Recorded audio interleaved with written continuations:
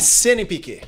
Tinha alguma cartilha para o repórter ficar nessa... Você vai entender como o repórter quer, nessa faixa de Gaza entre os dois.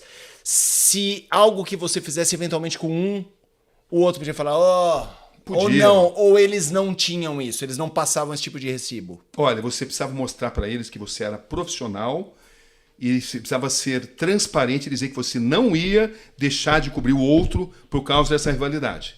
Profissionalismo é uma coisa, a rivalidade deles é outra.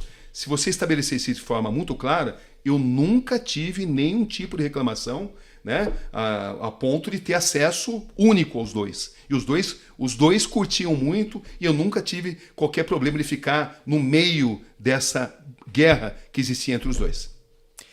E outros pilotos, sem ser os brasileiros, dentro dessa sua experiência na Fórmula 1, você chegou também a ter algum bom relacionamento com algum outro piloto gringo? Como que foi isso? Olha, você imagina o que é ser recebido na Ilha do Nigel Mansell, Ilha de Man, na casa dele, que é uma vista, uma das vistas mais incríveis que eu já vi, entendeu? Um penhasco assim, uma casa, e ele deu uma entrevista incrível, aonde ele se permitiu mostrar todas as emoções dele. O Prost, mesma coisa, eu fiz entrevistas incríveis com o Prost. Eu acho que você ganha essas pessoas com a qualidade das suas perguntas. É isso. Quando você pergunta, eles estão te julgando. Estão vendo a qualidade do seu jornalismo, entendeu? Então, eu tive assim um acesso muito bom, eu cobria todos os brasileiros que estavam lá, todos gostavam de me dar entrevista, eu tive com o Christian, né? Adorava me dar entrevista, porque eu valorizava todos eles e fazia uma cobertura muito bem feita, né? Entendeu? Numa época onde a Fórmula 1 ela não era mais a Fórmula 1 dos aficionados, era a Fórmula 1 do cidadão comum. A Dona Maria gostava da Fórmula 1. É isso. Você citou, o Eric trouxe os outros pilotos, eu acho o Prost um personagem fascinante. Ele é incrível. Eu gosto muito do Prost. E é um cara extremamente educado. Eu tenho lembranças incríveis de entrevistar o Prost, da educação dele. A postura que ele tinha, assim, né? E aí eu queria te perguntar... E ele te deixar muito à vontade também. Eu queria que você contasse um pouco dele, porque eu até no programa lá da ESPN eu falei que o Prost hoje, pelo foco das entrevistas que sempre buscam ele para falar de Senna, para falar de Senna, quase como num viés dele como vilão mais vezes do que o Senna, ele ficou um pouco ressentido com isso, ele não dá tanta entrevista. Se ele nota que o jornalista é do Brasil, ele já sabe para onde vai a entrevista, e eu acho que o legado dele tem envelhecido de um jeito ruim. Você não vê ruim para ele, porque eu acho que ele é muito maior do que a prateleira que em geral colocam, ele não só no Brasil. Quando se faz uma eleição dos 5, 10...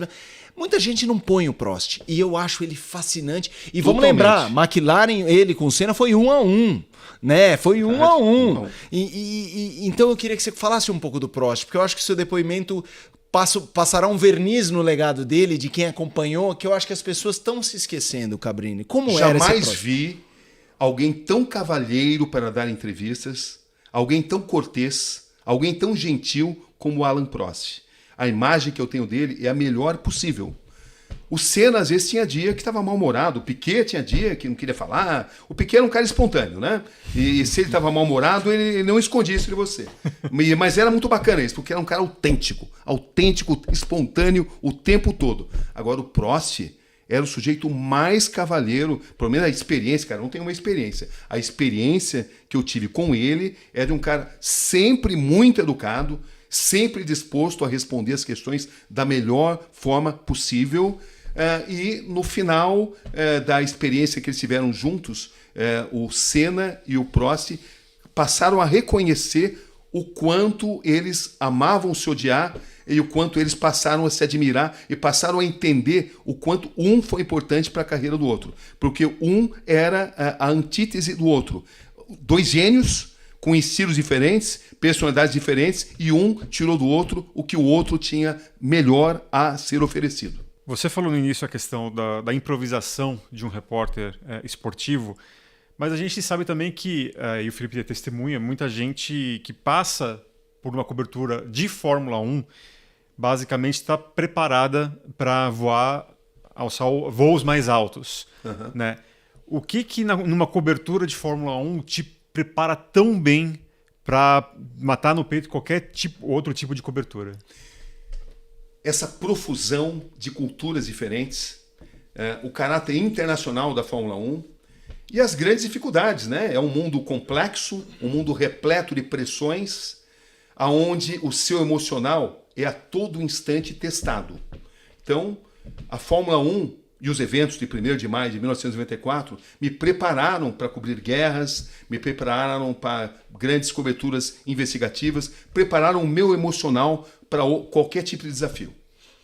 A gente fez a entrevista contigo sobre o 1º de maio, mas essa sua resposta me abriu uma pergunta que é, você falou que depois do 1º de maio teve a investigação, eu imagino o quanto tempo você ficou ainda conectado ao episódio, mas aí voltando para a Fórmula 1, como foi chegar à Fórmula 1 depois da morte do Senna, Rubinho, que teve também seu acidente muito grave, o Ratzenberger, e perder um pouco do brilho, não pelo Senna, não só pela morte do Senna, mas também por esse conflito de interesses.